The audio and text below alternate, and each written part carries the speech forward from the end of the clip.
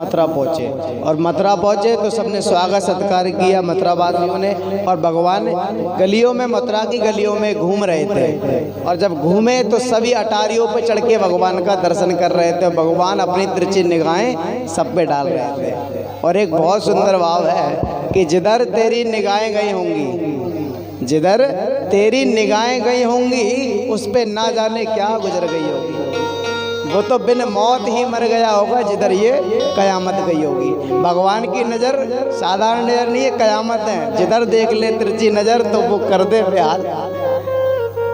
ऐसी ऐसी गोपिकाएं सब मथुरावासी सब भगवान का दीदार करने के लिए व्याकुल थे। भगवान का दर्शन किया और भगवान भ्रमण करते करते सब ब्रजवासियों ने कहा कि लाला सही है, हम सब घूम तो रहे हैं लेकिन वस्त्र सही नहीं है, वस्त्रों की कोई व्यवस्था करो। भगवान ने कहा आगे गए, धोबी घाट मिला, वहाँ पे एक धोबी से कहा मामा जी राम राम। उस धोबी ने कहा मेरा भांजा कहाँ से आ गया? अरे भाई अब कहते हैं ना कि नंसार चले जा तो सभी मामा हो जाए, सब मामा ही है। कहते मामा जी राम राम। उन्होंने कहा मेरा भांजा कौन है? अच्छा ये गवारिया है। बहुत अच्छे बेटा, कुछ ही दिन के मेहमान हो, कंस ने पूरी व्यवस्था कर रखी है। ब्रजवासी बोले क्या कह रहा है मेरे कन्हैया से? ब्रजवासी ने की कन्हैया ने अपनी भाषा में समझाते जाको। भगवान ने कही देख भाई हम सब मथुरा घूम रहे हैं लेकिन हम पे वस्त्र सही ना है, तू वस्त्र दे दे। उसने कही अच्छा तुम गवारियाओं को मैं वस्त्र दूंगा, राजाओं महाराजाओं के वस्त्र हैं ये, साधारण वस्त्र जो तुम पहनोगे, गवारिया कहीं के, चलो भागो यहाँ से। सखाओं ने कहा कि ये तो बहुत बदनामी कर रहा है, इसका कुछ तो करना पड़ेगा। भगवान ने अपना हाथ उठाया, अब इसका कर ही देते हैं। भगवान इसका कुछ कर ही रहे हैं और भगवान ने अपना हाथ उठाया और जैसे ही एक हाथ उठाया उसके थप्पड़ जैसे ही पटक तो उसका सर धड़ से अलग हो गया। भगवान ने इस प्रकार धोबी का उद्धार करा, वस्त्रों को पहन लिया। लेकिन वस्त्रों को पहन तो लिया, अब ब्रजवासी सब छोटे छोटे वस्त्र, तो राजा महाराजाओं के लंबे लंबे।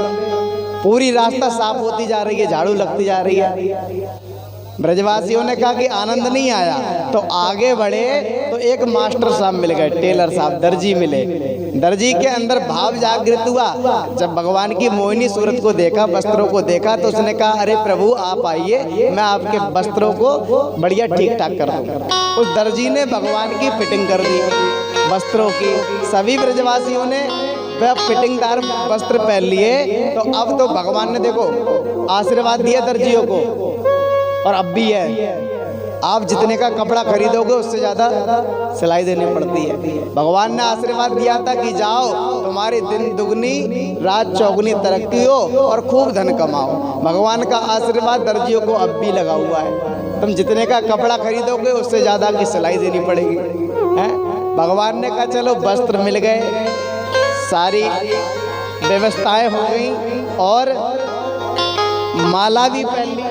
अब भगवान ने कहा कि भैया ब्रजवासी कब लगाएं? जब चंदन थुप जाए, जब माथे पे चंदन होगो, पूरे माथे पे चंदन ही चंदन होगो, जब ब्रजवासी लगे। बस चंदन की कमी है।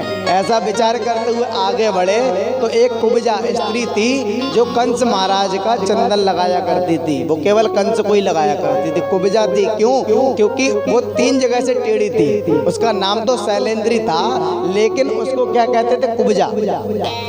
स्वरूपवान नहीं थी, टेढ़ी थी 3 जगह से। भगवान ने जब चंदन की सुगंध भगवान तक गई तो भगवान ने कहा ये तो बहुत सुंदर चंदन है, इसे तो हमें अपने मस्तक पे लगाना है। भगवान ने उस स्त्री से कहा अरे सुंदरी ये चंदन हमारे मस्तक पे भी लगा दो। और जैसे ही उसने सुना कि सुंदरी, जीवन में पहली बार उसको किसी ने सुंदरी कहा था, वो उसकी तो प्रसन्नता का ठिकाना नहीं रहा। वो तो तुरंत कहती लाओ लाला अभी लगा देती हो, पूरा मातो शाम दियो चंदन से, सवन के लगा दियो चंदन। भगवान ने कहा इस पे, भगवान जो कहते हैं वो सत्य करके मानते हैं।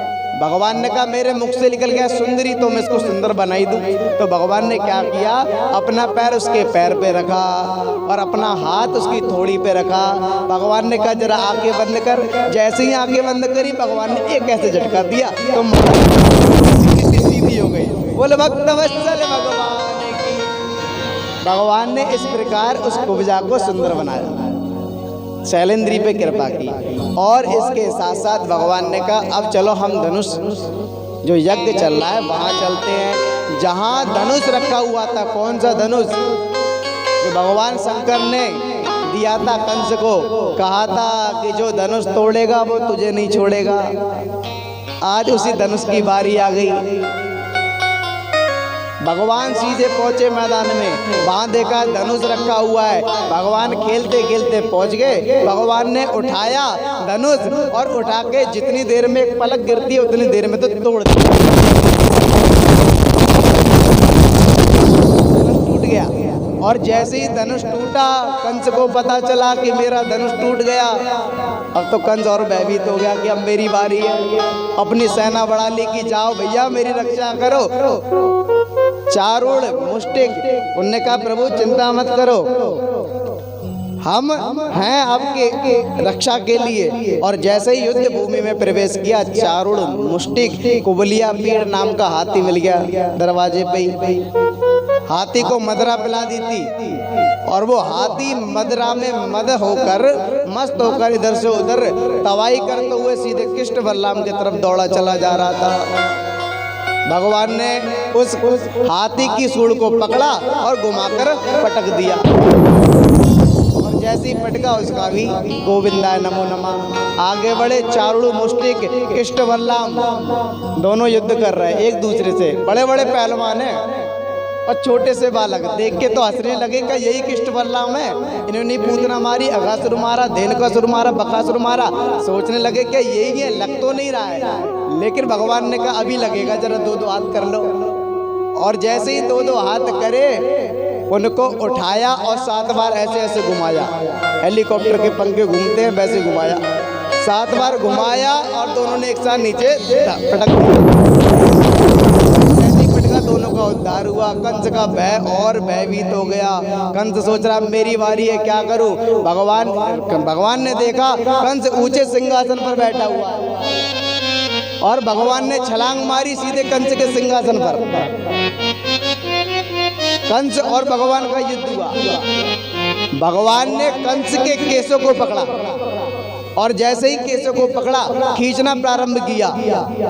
कंस कहता है कि छोड़ दे लाला, छोड़ दे, ये मेरे केस हैं, ये मुझे दर्द कर रहे हैं। तब भगवान कहते हैं कि तू याद कर जब तूने मेरी माँ देवकी के केसों को पकड़ा, मेरी देवकी के कंस के केसों में कितना कष्ट हुआ होगा, आज तुझे पता चलेगा। अब भगवान ने खींचना प्रारंभ किया। जब केसों को खींचा तो बड़ा दुख हुआ, दर्द हुआ, ऐसे तैसे छुड़ाया। भगवान ने उस कंस को उठाया, जमीन पर पटक दिया और जैसे ही पटका तो भगवान स्वयं उसके ऊपर जाके बैठ गए, कंस के ऊपर जाके बैठ गए। और भगवान ऊपर बैठ गए। भगवान ने दोनों हाथों को ऊपर किया, ऐसे बांध लिया और जैसे ही ऊपर किया उसके वक्षस्थल पर भगवान ने जोर से वार कर दिया। और जैसे ही वार किया तो कंस का भी गोविंदाय बोल कंस मर्दन भगवान की।